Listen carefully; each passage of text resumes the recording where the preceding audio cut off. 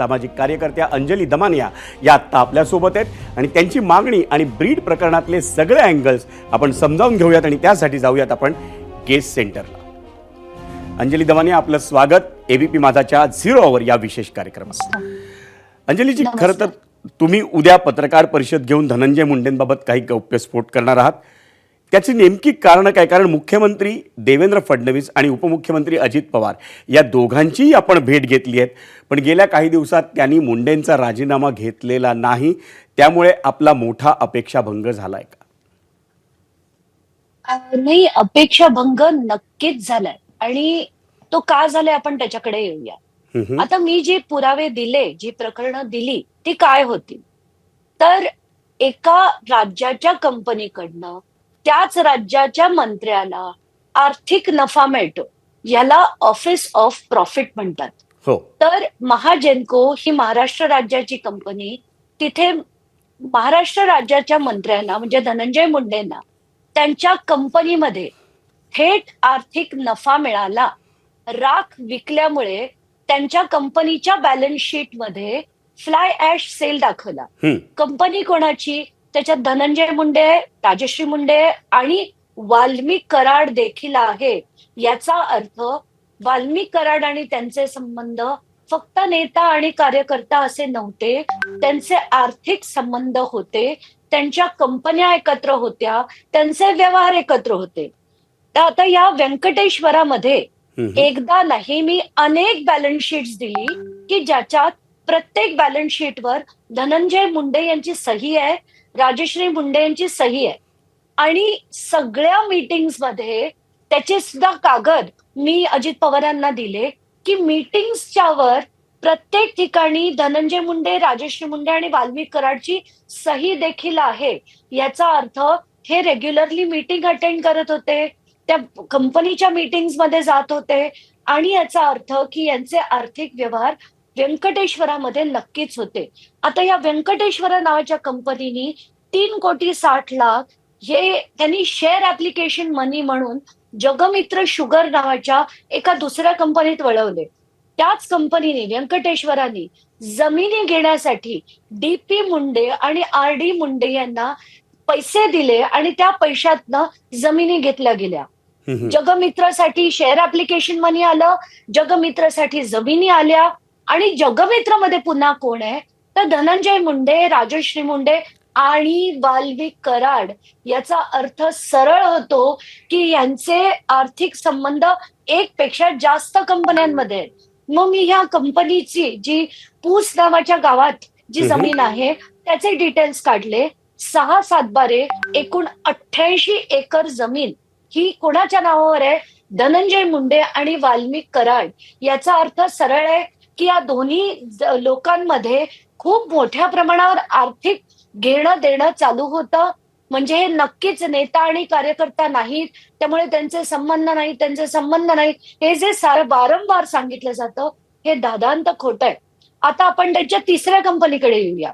Turtle logistics नावाची तिसरी company. ही company देखील काय करते तर पुन्हा राख ही विकते आणि पुन्हा महाजेनको कडनं घेते. आता या कंपनीत कोण आहेत तर राजश्री धनंजय मुंडे या त्याच्या share holder as on date आहेत. व्यंकटेश्वरामध्ये राजश्री धनंजय मुंडे या त्यांच्या डायरेक्टर ऍज ऑन डेट आहेत. म्हणून 3 कायदे मी समजवले. पहिला कायदा कॉन्स्टिट्यूशन प्रमाणे 1021A प्रमाणे हे ऑफिस ऑफ प्रॉफिट मानलं जातं. याच्यात मंत्रीपदच काय, आमदारकी सुद्धा रद्द होते. दुसरं रिप्रेझेंटेशन ऑफ पीपल्स ऍक्ट, याच्या कायद्यामध्ये 9A आणि 10A मध्ये सरळ सरळ यांची आमदारकी सुद्धा रद्द होते. तिसरं, सरकारने म्हणजे सेंट्रल मिनिस्ट्रीनी, मिनिस्ट्री ऑफ होम अफेअर्सनी एक मॉडेल कोड ऑफ कंडक्ट बनवलंय जे सेंट्रल मिनिस्टरसाठी पण आहे आणि राज्यांच्या मंत्र्यांसाठी पण आहे. आता राज्यांच्या मंत्र्यांनी मंत्रिपदाची शपथ घेतल्याबरोबर त्यांनी मुख्यमंत्र्यांकडे सगळे डिटेल्स द्यायचे असतात, ज्याच्यात त्यांना कुठले कुठले व्यवहार आहेत, त्यांच्या कंपन्या कुठल्या आहेत, त्यांचे कोणाकोणाशी संबंध आहेत, राजकीय संबंध आहेत की नाही, गव्हर्नमेंट कॉन्ट्रॅक्ट ते घेतात की नाही, ही सगळी माहिती त्यांनी मुख्यमंत्र्यांकडे द्यायची असते. ही माहिती त्यांनी दिलेली नाही. म्हणून मी हे सगळेच्या सगळे पुरावे हे अजित पवारांना दिले आणि मुख्यमंत्र्यांना दिले. पण दोघांनी काय केलं, त्यांची खात्री पटली आता की झालं पाहिजे त्यांचा राजीनामा. पण कोण घेणार याच्यावर त्यांचे आता वादविवाद चालू झाले आहेत. मुख्यमंत्री म्हणतात अजित पवार घेतील, अजित पवार म्हणतात मुख्यमंत्री घेतील. ही जी टोलवाटोलव सुरू आहे ती आता कुठेतरी थांबायला हवी. तर म्हणून आणि त्याच्यात आपण बघतोय सगळी अनेक हे जेव्हा मी केल्यानंतर पण ही खरंच धनंजय मुंडे खूप भादरले असतील. हो. नाही आणि म्हणून मग त्यांनी पळ घेतला भगवानगडाकडे आणि तिथून त्यांनी रात्रभर अगदी छान समजवलं असेल नामदेव शास्त्रींना की मला टार्गेट केलं जातंय, मी किती साधा माणूस आहे, त्या माझी मुद्द्याकडे मीडिया ट्रायल चालली त्या आहे. मुद्द्याकडे आपण येऊया. Yes. पण ही जी टोलवाटोली तुम्ही म्हणताय फडणवीस आणि अजित पवारांमध्ये सुरू आहे, याचं नेमकं कारण काय? दोघंही मुंडेंना पाठीशी घालतायत का? दोघांचीही मैत्री आहे असा तुम्हीच उल्लेख केलाय. 100% आपल्या सगळ्यांना माहितीये की अगदी युवा मोर्चाच्या दिवसांपासून फडणवीस आणि धनंजय मुंडे यांची खूप चांगली मैत्री आहे. हेच नाही तर पक्षात म्हणजे सगळ्यांनाच विचारा त्यांच्याच पक्षातल्या लोकांना की अजित पवार पदोपदी धनंजय मुंडे यांची कशी पाठराखण करतात. आणि अगदी थेट शरद पवारांनी देखील म्हटलं होतं की मी त्यांची अनेक ठिकाणी पाठराखण केली होती. तर हे त्यांची पाठराखण करतात. अगदी चांगली मैत्री आहे दोघांचीही.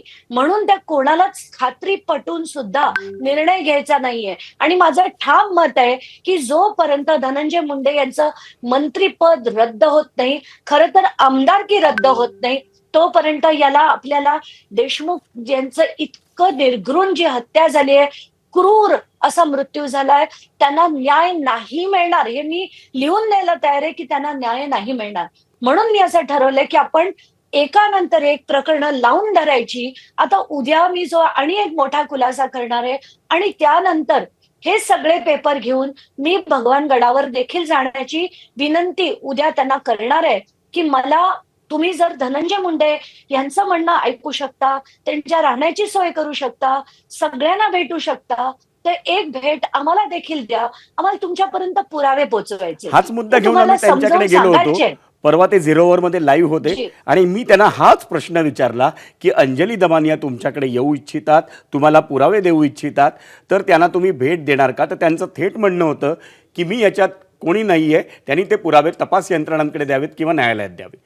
यावर तुमची काय प्रतिक्रिया आहे? न्यायालयात अगदी नक्की ते मी न्यायालयात पण देईन, तपास यंत्रणेंना पण देईन. पण हेच पुरावे मला नामदेव शास्त्रींना अतिशय आदरपूर्वक का द्यायचे आहेत?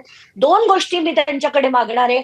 एक म्हणजे तुम्ही आज धनंजय मुंडेला दिलेला भगवानगडाचा पाठिंबा हा तुम्ही रद्द करावा अशी नम्र विनंती.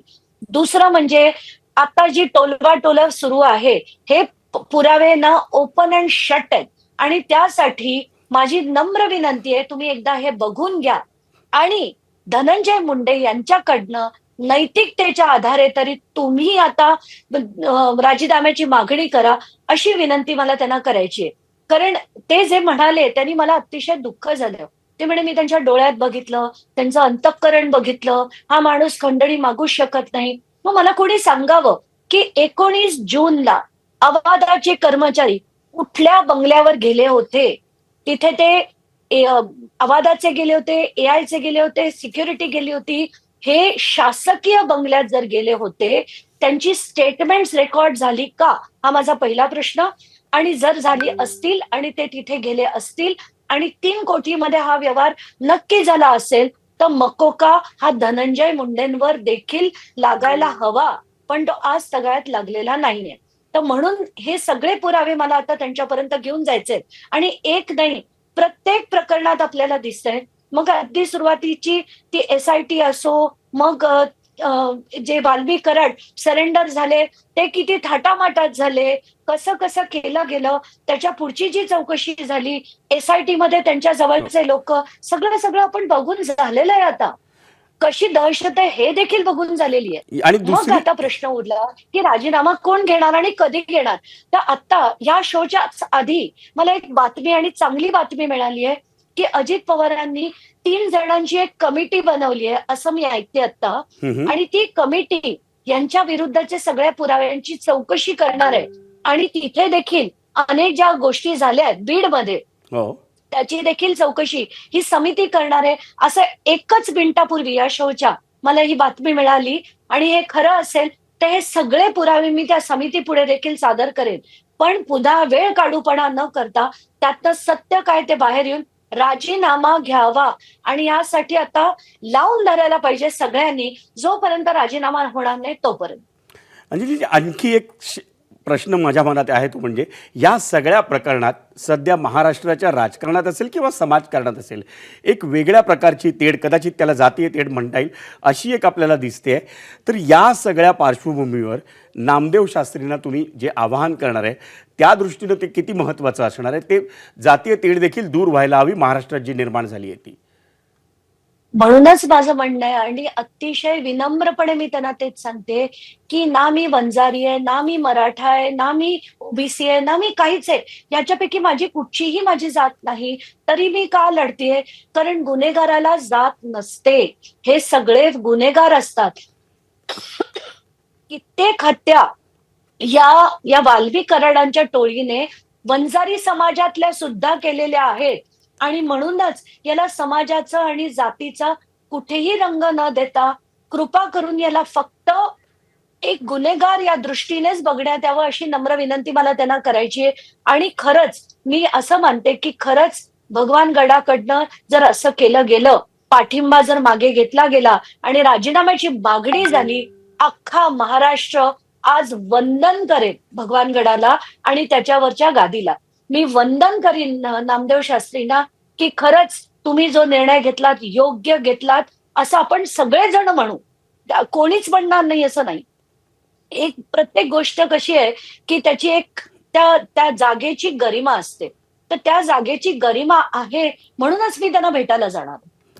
अतिशय महत्त्वाचा मुद्दा तुम्ही या दृष्टीने मांडलाय. पण धनंजय मुंडे यांचा राजीनामा हेच या सगळ्या प्रकरणातलं शेवटचं आहे का त्याच्यापुढेही आणखी काही उद्दिष्ट तुमच्या या सगळ्या अख्ख्या आंदोलनात असतील? नाही, आता धनंजय मुंडेंचा राजीनामा जोपर्यंत होत नाही तोपर्यंत इथे न्याय नाही मिळणार. आणि मला तीच काळजी आहे. कारण सगळीकडे आपल्याला पदोपदी दिसलं की कसं काय काय झालं. ते माध्यमांनी लावून धरलं, प्रत्येक माणसाने लावून धरलं, आक्रोश झाला, जनमोर्चे निघाले. म्हणूनच आज याला इतकं तरी पोचवता आलं आपल्याला. नाहीतर यांनी केव्हाच गुंडाळून सगळं ठेवून दिलं असतं.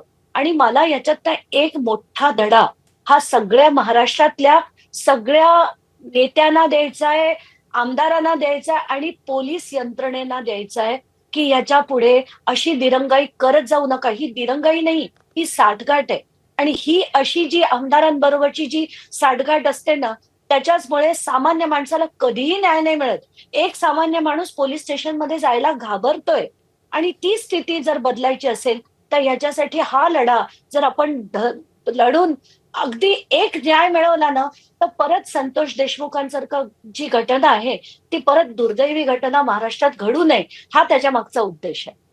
अंजलीजी, धन्यवाद. आपण या एबीपी माझाच्या 0 अवरमध्ये सहभागी झालात आणि आपले मुद्दे अगदी ठासून या प्रत्येक प्रश्नावर उत्तर देताना मांडले त्याबद्दल पुन्हा एकदा आभार.